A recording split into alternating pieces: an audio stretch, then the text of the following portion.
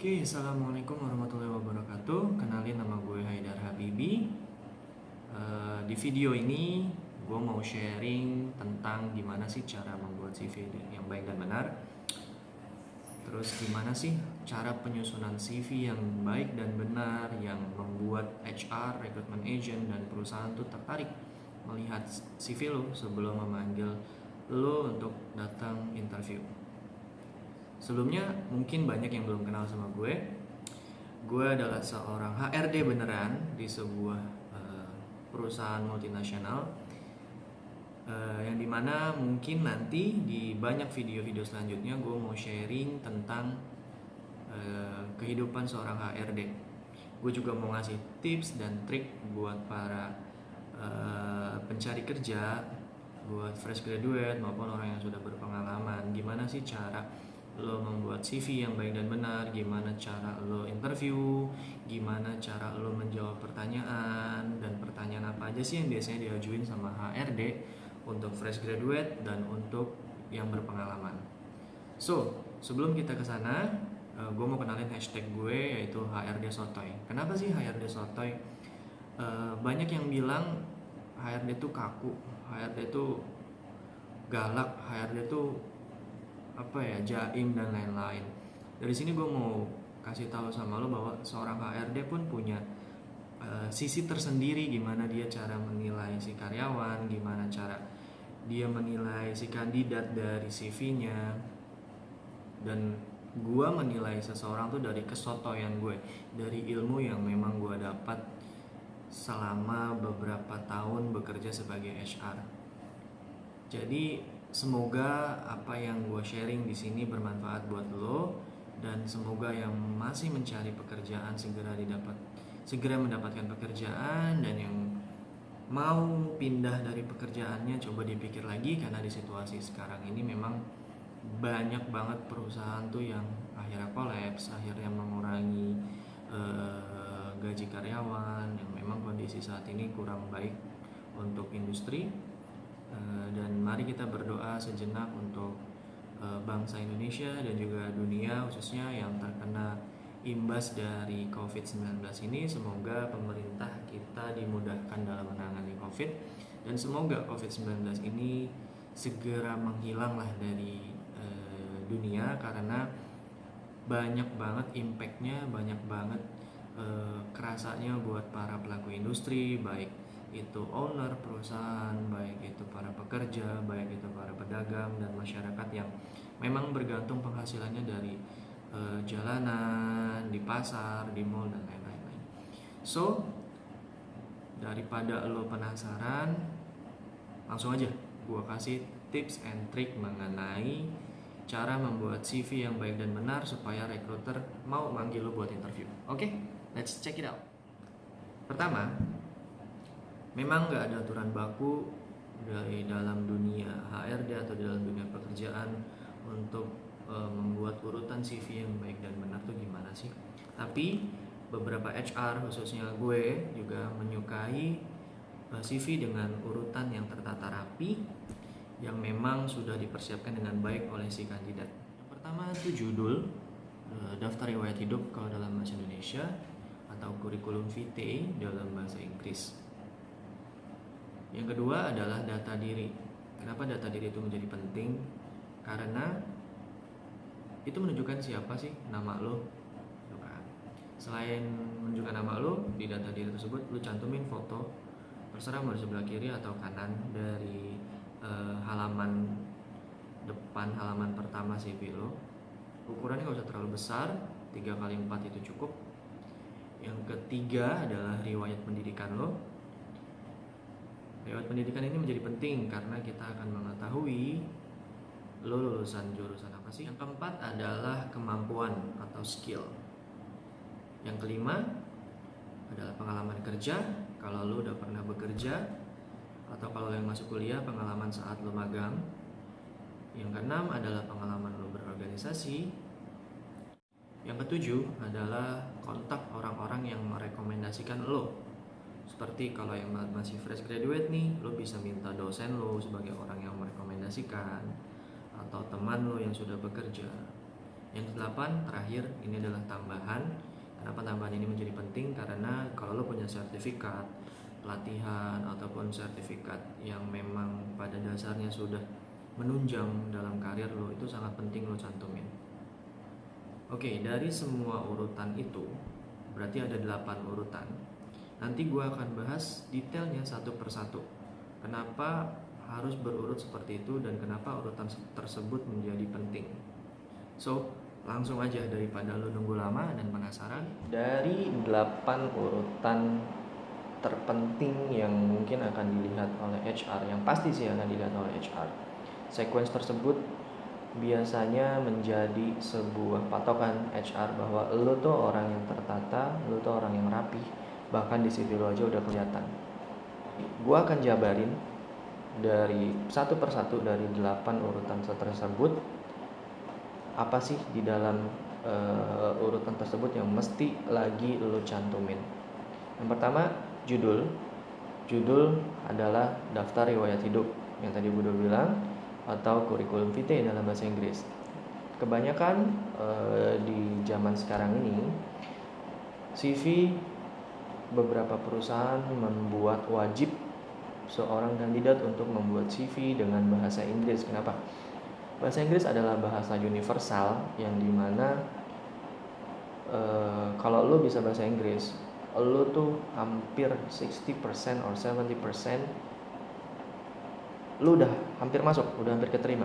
Tinggal gimana lo mempromosikan diri lo, memperkenalkan diri lo kepada si perusahaan, si HRD, si user, bahwa lo tuh adalah kandidat yang pantas gitu.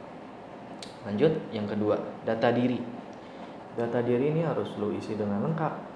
Yang pertama adalah urutannya nama lengkap lo, nama panggilan lo, jenis kelamin, tempat tanggal lahir, kewarganegaraan, agama, status perkawinan, alamat lengkap, rumah atau misalnya lo ngekos, lo cantumin juga.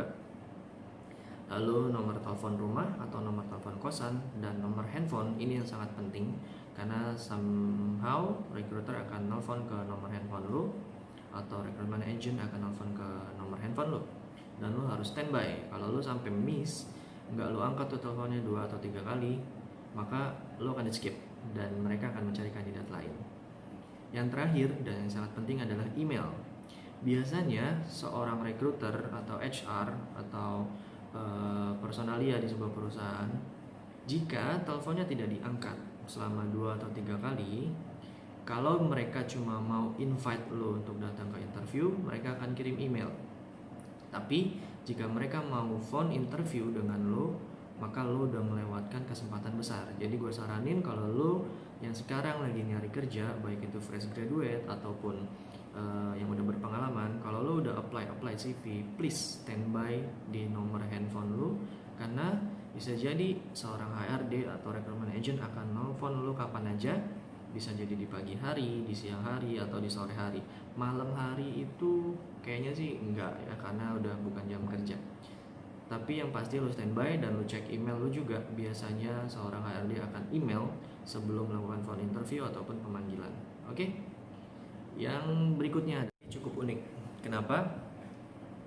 Email itu menjadi penting karena kalau lo cantumin alamat email alay atau alamat email dengan banyak angka atau alamat email bukan dengan nama lo pribadi, please lo ganti.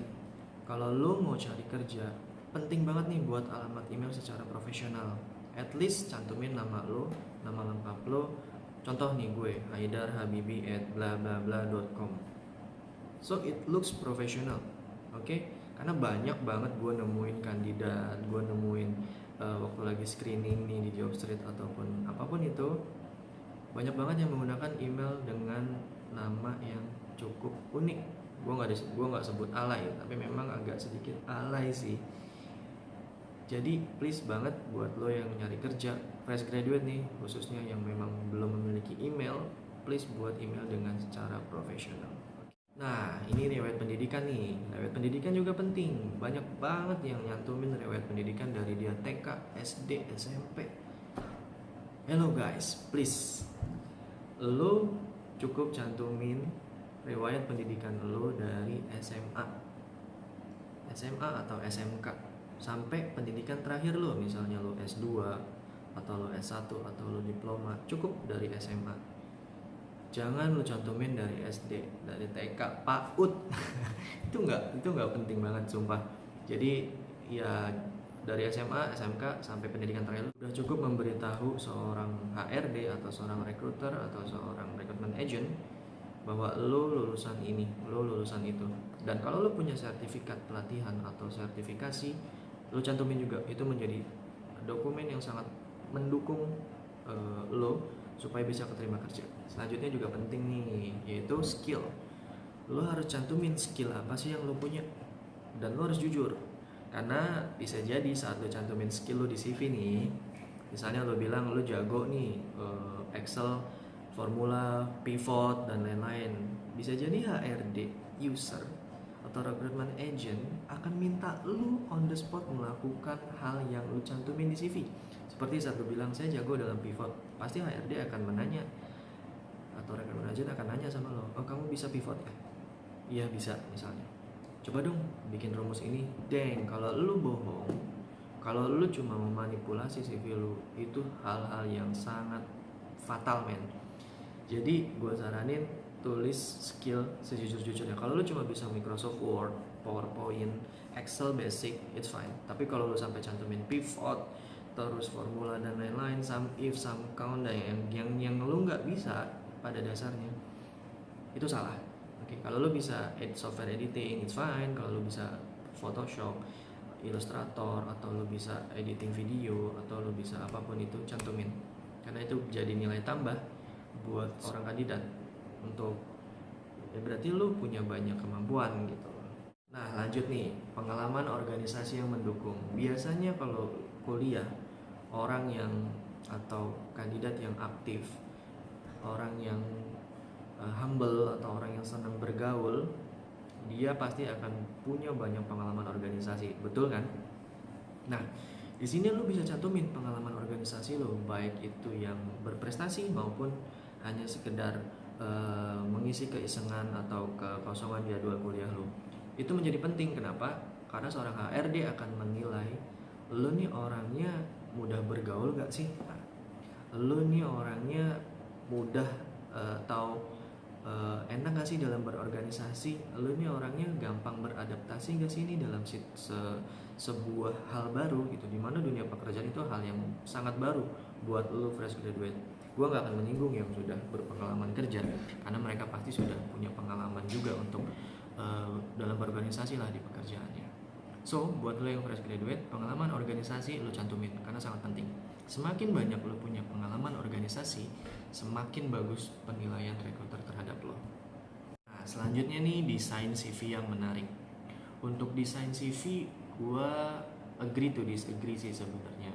Karena kalau lo memang orang desain, atau lo memang lulusan desain grafis dan lo mau ngelamar kerja sebagai desainer atau editor atau apapun itu, mungkin CV lo harus desain semenarik mungkin, karena dari situ bakal kelihatan bahwa lo menguasai skill lo. Tapi untuk yang profesional seperti orang yang ngelamar kerja sebagai admin staff atau finance staff atau staff yang memang mereka nggak membutuhkan skill editing, yang mereka memang orang mungkin nggak suka desain, lo buat CV seminimalis mungkin tapi tetap good looking. Maksudnya apa sih tetap good looking? Ya tadi, lu cantumin semua hal yang udah gue jabarin dari 1 sampai 8. Lu cantumin semua dalam CV lu dengan desain yang sesimpel mungkin. Gue saranin cukup dengan 2 warna. Jangan terlalu banyak warna kecuali lu emang desain grafis atau lu emang editor atau lu emang seniman dan lain-lain. Kalau lu bukan salah satu dari yang tadi gue sebutin kayak desainer, desain grafis atau editor atau seniman, CV lu tuh nggak perlu terlalu banyak tone warna, nggak perlu terlalu ribet fontnya, cukup yang simple.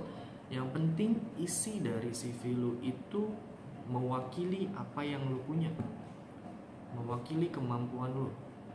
Karena sebuah CV itu sebagai alat promosi. Kenapa alat promosi? Karena ya lu ngejual diri lu ke perusahaan. perusahaan mau nggak sih ngambil lu sebagai karyawannya, itu kan. Kalau lu terlalu complicated di CV lu, yang dimana lu bukan orang desain tapi lu cuma ngikutin supaya CV lu terlihat keren, no, it's wrong. Kalau lu ngelamar sebagai let's say HRD atau admin atau finance, dan HRD ngelihat nih, wah CV lu tuh terlalu berwarna ya, kenapa lu nggak masuk desain atau bla bla bla, pasti akan banyak pertanyaan dari HRD. Lu nggak mau kan ditanya banyak banget sama HRD. Jadi gue saranin bikin desain CV yang sesimpel mungkin, tapi isinya tuh bener-bener mewakili diri lo, bener-bener menjual diri lo, bener-bener mempromosikan diri lo, supaya membuat HRD, recruiter, user yakin bahwa lo adalah kandidat yang tepat untuk posisi yang sangat kita butuhkan. Nah, ini menjadi penting nih. Kalau lo nulis CV, lo harus bisa nulis dengan kata-kata yang baik. Baik itu seperti apa sih? Kata-katanya formal. Karena lo udah mau masuk dunia kerja, men. Bro, sis, kalau lo nulis CV kayak nama saya Haidar misalnya, saya lulusan ini, saya ingin bekerja di perusahaan bapak dan ibu, bla bla bla, hello. Ya, itu terlalu kekanak-kanakan menurut gue. Lo harus menulis CV dengan sangat profesional. Kalau lo belum bisa, ya lo banyak melihat contoh di Google, di YouTube, gimana sih kata-kata penulisan CV yang baik dan benar. Nanti mungkin akan gue bahas di video selanjutnya, karena video ini gue masih membahas urutan atau sequence yang baik dan benar dalam CV gitu kan. Lu tinggal DM aja gue di Instagram atau connect dengan gue di LinkedIn dan lain-lain. Kalau lo mau minta review CV lo sama gue juga monggo. Yang terakhir, buatlah CV dengan jujur. Karena kalau lo bohong, misalnya nih, lu rumah lu di mana tapi lu nyantumin alamat di mana, lu lulusan apa tapi lu mau kerja apa. Kalau lu emang punya skill ya boleh gitu loh. Tapi kalau lu udah berbohong mengenai kayak umur lu, mengenai riwayat pendidikan lu dan lain-lain, itu udah salah. Jadi buatlah sejujur mungkin. Kalau lu emang belum bisa skill dan lain-lain, ya nggak usah lu tulis lu bisa skill gitu. Karena memang kalau yang fresh graduate pasti akan banyak belajar di sebuah perusahaan. Tips yang terakhir, kalau lo mau buat CV, gue saranin jangan menggunakan CV yang udah ada template-nya nih. Kayak lo kan sekarang banyak banget kan, googling aja deh cara membuat CV atau CV, template CV yang menarik dan lain-lain.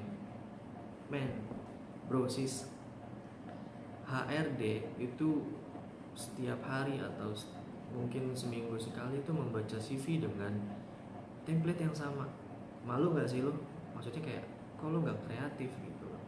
Kalau emang lo gak mau sama, jangan menggunakan hal-hal atau template-template yang udah ada di Google. Lo buat sendiri di Word dengan sesimpel mungkin. Lo tambahin shape, lo tambahin apa sih namanya box dan lain-lain, itu udah sangat bagus. Yang penting itu original punya lo, based on creativity, berdasarkan kreativitas yang lo punya, bukan hasil contek dari orang lain.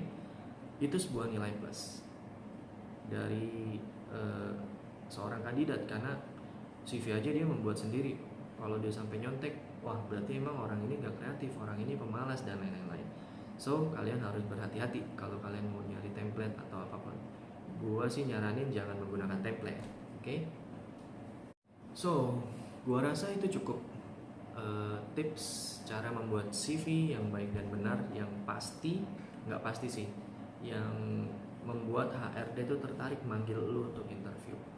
Kalau lu punya pertanyaan, kalau lu punya saran buat gue, atau Dar bikin dong video mengenai ini, komen aja di bawah ini, atau lu bisa DM gue di Instagram, nanti ada di description, atau lu bisa connect dengan LinkedIn gue, nanti juga ada di description. Just kasih gue saran, kasih gue masukan, atau lu mau di review CV-nya sama gue, boleh silakan DM. Semoga video tadi ini membantu buat lo para pencari kerja, buat lo yang udah bekerja, yang mau pindah kerja nih dengan alasan bosan atau nggak naik gaji dan lain-lain. Itu hal yang wajar. Sebagai HR, sebagai perwakilan dari perusahaan kita memaklumi lah, memang ada beberapa ketidakpuasan dari karyawan gitu. Dan juga semoga yang sedang mencari kerja diberikan kemudahan untuk mendapatkan pekerjaan di situasi yang tidak menentu saat ini. So, kita akan ketemu lagi di video selanjutnya, tentu saja dengan tips dan trik mengenai HRD. Mungkin di video selanjutnya gue mau jelasin tentang gimana sih cara interview yang baik dan benar. Atau lu kalau punya saran untuk video selanjutnya bisa komen nih di bawah ini, atau lu bisa DM gue di Instagram, nanti gue cantumin di deskripsi. So, sampai ketemu lagi di video selanjutnya. Assalamualaikum warahmatullahi wabarakatuh.